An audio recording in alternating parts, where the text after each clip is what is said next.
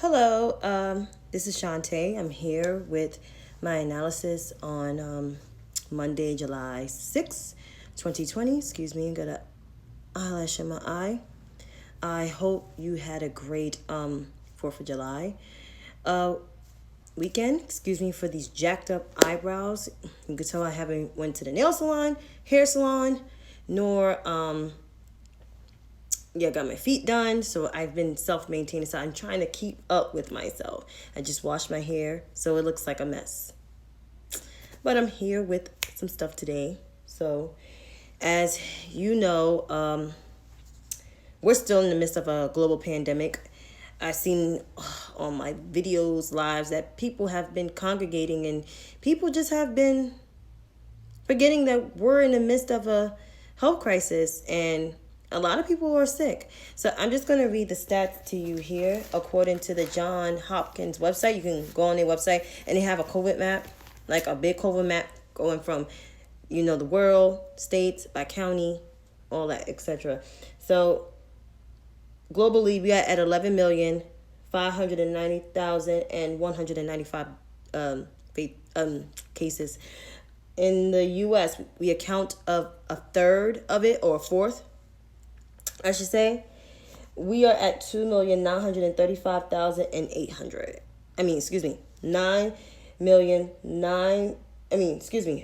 Let's scratch that. So the U.S. is at 2,935,008 cases of COVID-19. Fatalities in terms of casualties, as people say, we had 130 and 277.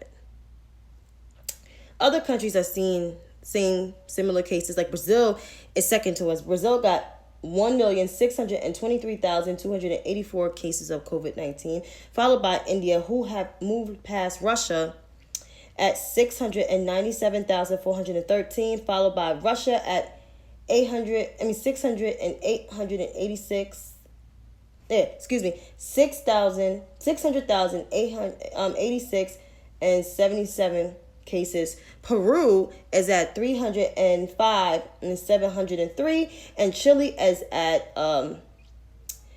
298,557. Those are the countries with the highest numbers. So the two countries, Peru and Chile, has surpassed the UK. And the UK is still in the 280,000 per tier. Their cases actually went down from like 315,000 down to 285. So that means they're doing something to bend the curve in in the UK, but still, their cases are like the highest in the European countries. Their cases are higher than Spain and France. And Spain and France had Spain and Italy, had the major problems in the beginning of the pandemic, but the US has surpassed them. Okay, and Britain too, but mostly the US surpassed all these countries that had the problem with COVID. In terms of the Latin countries, you have Panama at 39,334, followed by the Dominican Republic at 38,128. Those are the brown countries. I picked the brown Hispanic countries, so just to let people know. Guatemala at 23,972, and Honduras is at 23,943. I don't know what's going on in these Latin countries. I don't know what's going on with the coronavirus with their leaders, but they need to get it together. Followed by Nigeria at 29,286. Ghana is at 21,077. Cameroon is still in the 12,000 tier, which is at 12,592. Kenya is at 8,067. They went up from the last time I checked. Senegal is at 7,478, and they went up by a good ton. So I don't know what's going on in there with their leaders. They need to get it together. The West Indies have one of the lowest numbers. Jamaica is at 737. They did move up a little bit in Jamaica. The Diamond Princess is still flat at 712. Guyana is at 273. That's a big jump from 250 cases the last time I read it. Trinidad and Tobago moved up by 3 cases, so that they had 133. The Bahamas is still stagnant at 104. The Barbados is at 90 8. Antigua moved up by 2, so they had 70. Belize is at 30 cases. They moved up by 2 cases. St. Vincent is still flat at 29. Grenada is still flat at 23. St. Lucia moved up 3 cases at 22. And Dominica is flat at 18 cases. So I don't know what's going on within the brown countries, especially in the Latin countries and the African countries. I hope their leadership is taking COVID seriously. I'm pretty sure they're probably asking for aid from us. And of course, you know who we got as a leader. You know he don't care about black people. But I'm going to detail into his racism in a minute. But at home here in the United States, of course, New York is the highest cases. They're at 402,388. We are, even though we see a little spikes here and there, we still flat. It's not like a increasing number of cases. California is like dead behind us. They're almost at 300,000. They're at 277,543. Followed by Texas at 208,959. Florida is at 439, excuse me. New Jersey's at 175,467. Arizona is at 101, that's deep, and 519, which they are at 90% capacity of the ICU beds being occupied. So they're really having a problem. In Arizona, it's been 2 weeks since they have been having a problem with hospitalizations. If you read the Washington Post, that's what they're going through, or the New York Times. And Georgia is at 91,015. Now the death rates, of course, New York is sitting at 911, excuse me. But we had a big spike back in April, like the beginning of April, late March and the beginning of April. Followed by New Jersey had 15,229, since they were in that same tier as we were. Next is California, which it did a big jump. California's at 6,445. Followed by Florida is at 3,777. Then you have Georgia sitting at 2,829 with their death toll. Texas at 2,706. And lastly, Arizona at 1,832. Like I said, that Arizona is having a problem. Their ICU beds are filled up, like almost at 100% capacity. And Texas beds in hospitals are filled at 100% capacity. And they just issued, along with Washington State, has issued masks are required to go into stores. And I heard the state of South Carolina did the same thing too. So, I mean, people are not taking COVID seriously. And there's some evictions. I think I'm going to read that article tomorrow, because there are black people that are facing evictions during the coronavirus, which is like, it's not acceptable. But you can read the Washington Post and look at the article for more information. I didn't get the chance to look at it, but I saw the headline. I was like, ooh. But I knew it was happening. But I read about Mayor Bottoms, according to NBC News today. I'm pretty sure people heard what happened with her. She is the mayor of Atlanta, and she has tested positive for COVID-19. According to NBC News, Mayor Bottoms said in a tweet she tested positive for COVID-19 despite being asymptomatic. She has no symptoms. COVID-19 has literally hit home. I have no symptoms and have tested positive. So this goes to show that COVID-19 is real.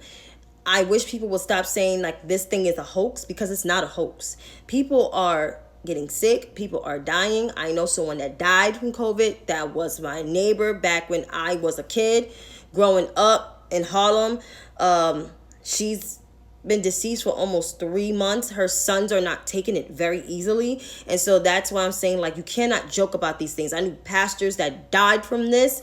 Some longtime pastors that I knew that had their churches for a long time and just scrambled to this virus. Like, this virus claims the lives, especially the lives of people of color, like, because we're disproportionately affected because due to the lack of health care and just due to the hospitals that's surrounded by us in regards of COVID. Some places don't even have great leadership where there's people of color that's being impacted by this. And it's also due to the ACA, which the Trump administration has restricted so many stuff and layers and tiers to this thing. It's like, for why, I have no freaking clue. You know what I'm saying?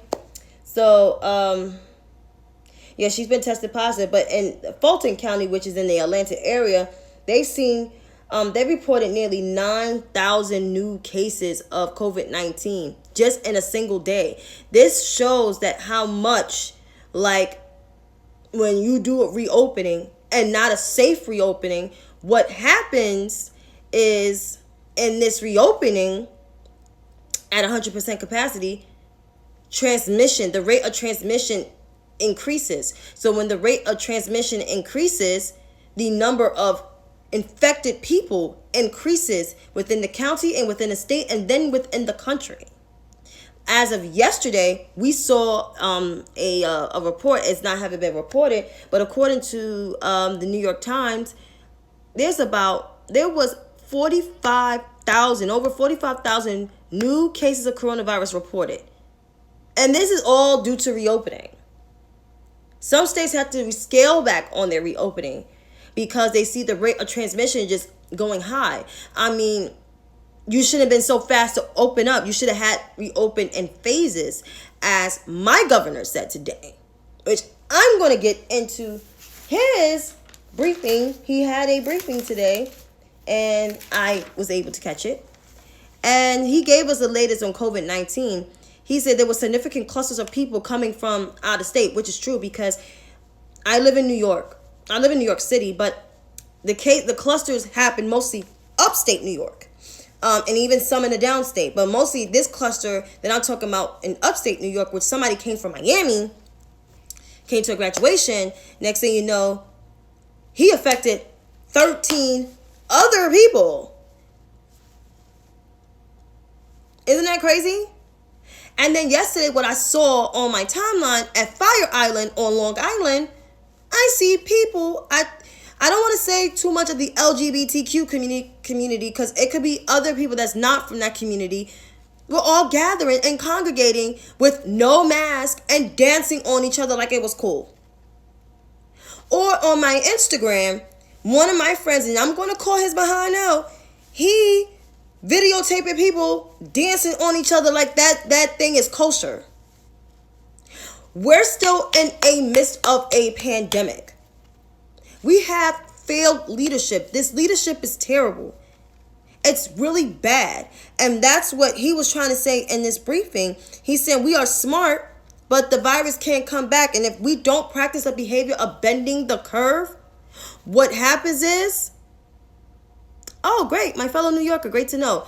What happens is, it's like things can get spiral out of control. And people keep blaming him about the nursing homes. That's the Republican toll line. Blaming him about the nursing homes, but we don't know where this virus came from. No one knew because this virus came from Europe, from on our end in New York. Because we have a lot of Europeans that came in, and the people that came in from these countries European countries had high cases of coronavirus and had high fatalities, such as Spain, such as Italy, such as France, because those are the people that come here to New York and New Jersey and Boston and Connecticut. We're the first side when it's easy to travel from Europe to New York. It's like about a 5-hour flight. So that's where our cases come from. They didn't come from China. These cases came from Europe. Came from China, but it spread through Europe. It spread through India. It spread through China. It spread through India. It spread through Africa. It spread to South America. It spread to the West Indies. Here you have it. 36 states, almost 40 states are seeing high increases of COVID cases. So it's here. It's not the Chinese virus. It's not the Wuhan virus. It's the coronavirus. Also, what he said, if you deny COVID, you will enhance the COVID virus, which is true. He also basically came at Donald Trump and criticized him. And I think I have the quote. He said to Trump, do not be a co-conspirator, of COVID-19. Don't be a co-conspirator of COVID-19, because that's exactly what he's doing. He's making stuff up, and I quote him, and I think I wrote down a quote. He said in his little racist rally speech, he tested almost 40 million people. That's nothing to be praised about. We're number 26 in testing. And 90% is totally harmless. 99% is totally harmless. That's a flat out lie. And it's sad because it's coming from the man who holds the highest office of our land. He's supposed to be the one that, quote unquote, supposed to protect us and make us safe. This is not safe. You're risking the lives of people, and you're holding rallies where you're giving people a choice to not wear a mask. I'm spending time a little bit on this coronavirus thing because I've seen too much reckless behavior on my timeline, too much reckless behavior when I go out in the street, too much reckless behavior, period. And when I talk to my mother and I talk to my father about this and talk to my sisters about this, they're like, this is why we're not going nowhere. Like, I see people in Myrtle Beach. That whole picture at Myrtle Beach was insane. I text my cousins that live in South Carolina. They was like, Shantae, we're staying home. We all staying the hell away from each other. Each and every one of us. We're keeping our parents safe by staying the heck away from them. I haven't seen my mother in 4 months. Nor my sister Kimberly. My sister Sheba I haven't seen in 3 months. My dad's been coming down here, sitting on the bench, but to bring me stuff, well, we can't even hug and embrace each other. Because this is how coronavirus is serious. Because I don't want to affect my father because he's a diabetic. And he has to be careful when he walk outside these doors. And he's in a high-risk age group as well. So in order for me to keep my parents safe is to stay the hell away from them. Don't hug them. Don't touch them. Keep my mask on at all times, which I do. Don't touch your face because this disease does come from a bat. And people need to get with the times. I wish people would stop saying this shit is a hoax because it's not. Not keeping your distance, you're only going to affect people more. And for those who did travel outside of the state, outside of New York State, I hope you get a test. Because the tests are free. You can go to a local CVS, a local Dwayne Reed. You can check for sites. It's over 750 sites available in New York. So go get a test. So that I got from there. The next, I'm going to move on to the politics of stuff. And this White House briefing, my God. There's always a saying that my father always say, please watch you have to watch both sides to understand that where the other side is coming from, aka the GOP, the grand old party, the Republican Party. So Kayleigh McEnany came in. I guess she said hi, because sometimes she just be on the thing where she just be aggressive. She said, and I quote her, Trump delivered two defining, unifying, and patriotic speeches widely spread praise by those who cherish our values and honor our history and seek to advance policy to lift up all Americans. And she kept touting the law and order thing. The law and order too much. And she said, Trump said, we should all want the same thing. And then use the rhetoric of radical left instead of saying just the Democratic Party or my colleagues on the other side. She didn't use that. She said the radical left. And then with this thing saying she's we're one family and one nation, and accuses the media of describing Trump's agenda as culture war, saying that they have in this culture war, which it is a culture war because, come on, you're talking about people not wearing masks and saying wearing masks is crazy, like the Karen in the video in Target who knocked down all the racks of masks and say she's not picking it up. And that's exactly what she said.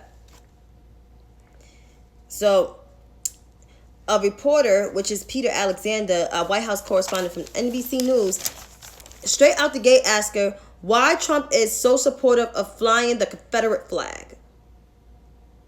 Because based on his tweet this morning, she said, "You're referring to a tweet this morning, correct?" And it said, "Then you're mischaracterizing the tweet. It was pointed out the FBI report of the alleged hate crime of the NASCAR." So concluded the NASCAR sports guy, Bubba Wallace. So conclude the garage door pool, which has been there since the last fall, was obviously not a target specific individual. Kept saying it and that it was last fall. So he kept asking her, Peter Alexander, why Trump is so supportive, because she said, "Let me clarify my question because you're not answering my question." And then she said, Trump never said that. Once you're taking his tweet out of context. If I read the tweet to you, it deliberately says, and I wrote it down, just to make sure I'm not a crazy person. He said in his tweet, "Has Bubba Wallace apologized to all of those great NASCAR drivers and officials who came to his aid, stood by his side, and were willing to sacrifice everything for him, only to find out that the whole thing was just another hoax?" That's what he said. That and the flag decisions has caused the lowest ratings ever. And that's why Peter Alexander kept asking her about the whole entire tweet about the whole flag. That's what he was asking her. And she kept being asked about it. And she says that she said what the NASCAR ratings were down. And I guess that's what one of the folks asked. She said the whole point of the tweet was to note the incident of the alleged hate crime. That was not a hate crime. NASCAR acknowledged it was a noose. They acknowledged it and they said it was a noose hanging from Bubba Wallace's garage.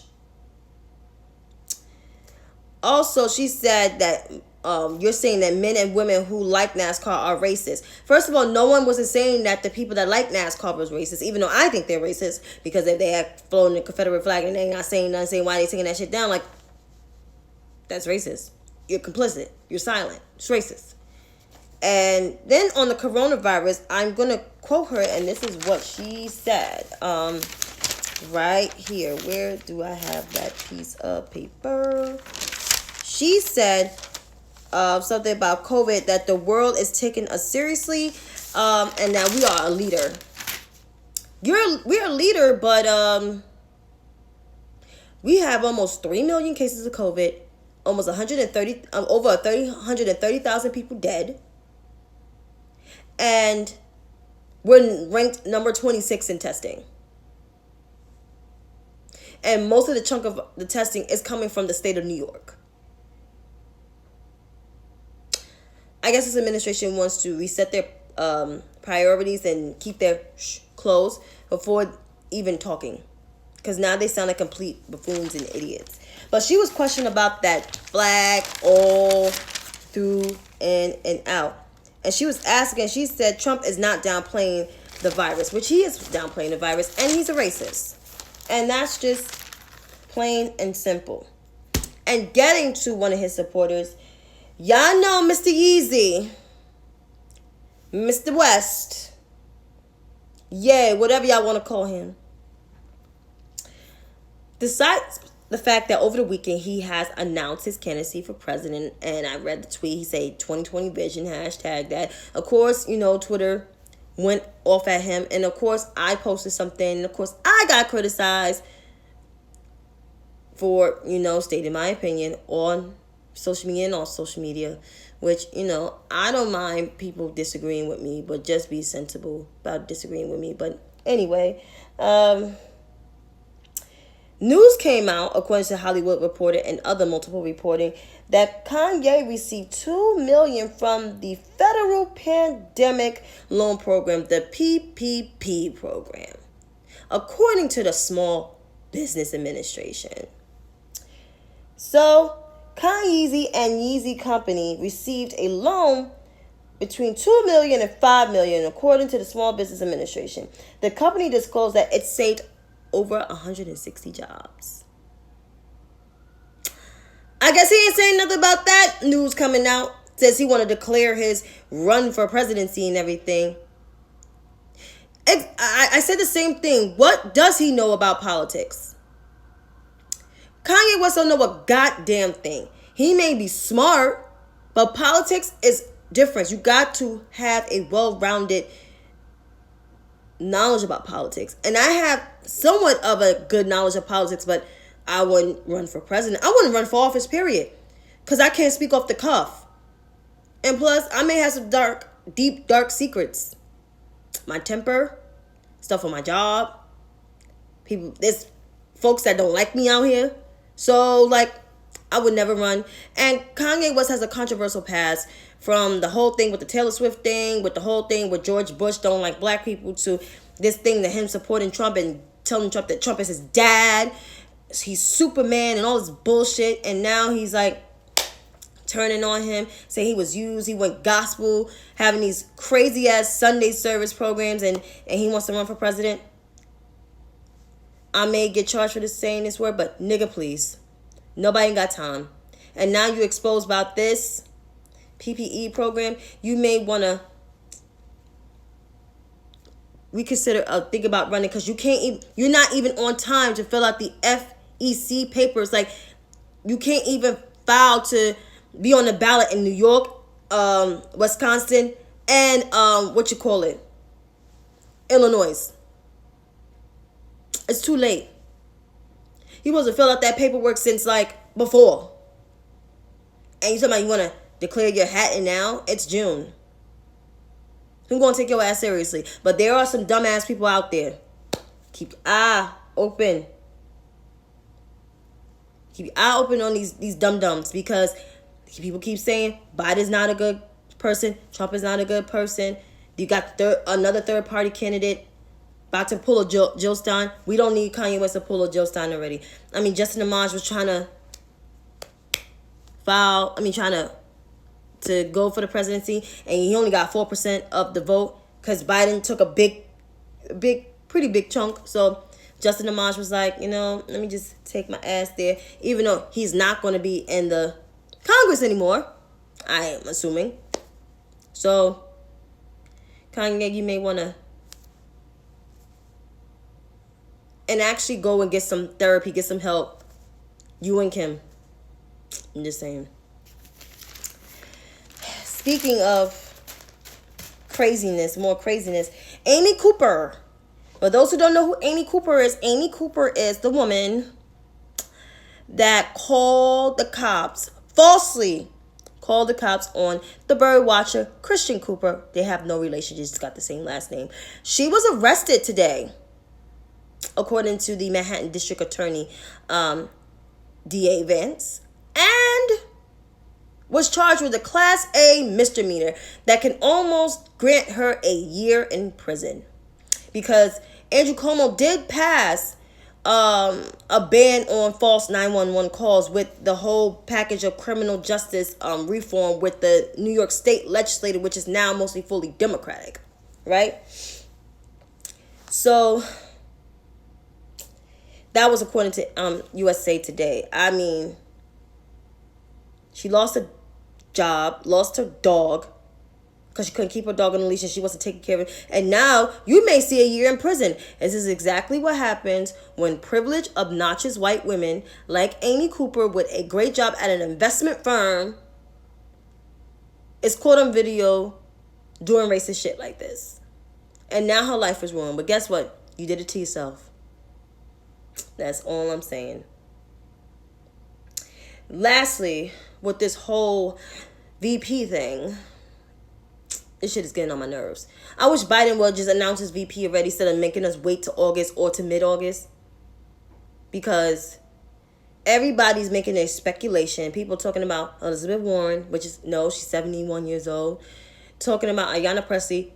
She's not being vetted, and she has no interest in that. She's a freshman congresswoman, and people talking about AOC. She's not even 35 yet to even be considered for a VP.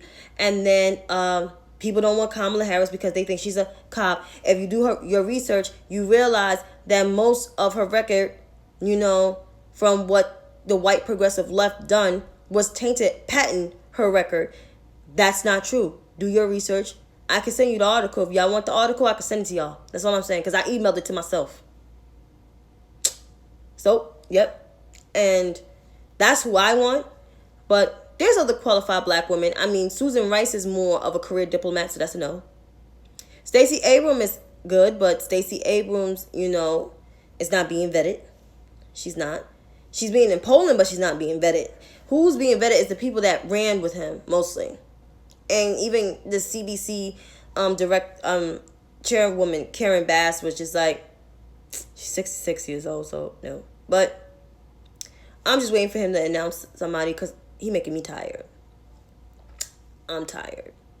I think I'm exhausted from this year, and we're only in like half of the year. We're not even close to September, and I'm tired. But let me just say this to y'all. Please take coronavirus seriously. You can still have fun, but still wear your mask. Be socially distant. I know we can't really hang out with our friends like that, even though you can have dinner with them, but just say a distance from them. Don't hug them. Don't give them a kiss on the cheek. Just continue to wash your hands. Stay your distance. And you'll be fine. When you go home, take your clothes off at the door. Wash your hands. Maybe wash up because it's hot, depending on who has a pH balance. And that's that. So, say this to you guys. Be safe out here. I'll see y'all tomorrow. Have a good night.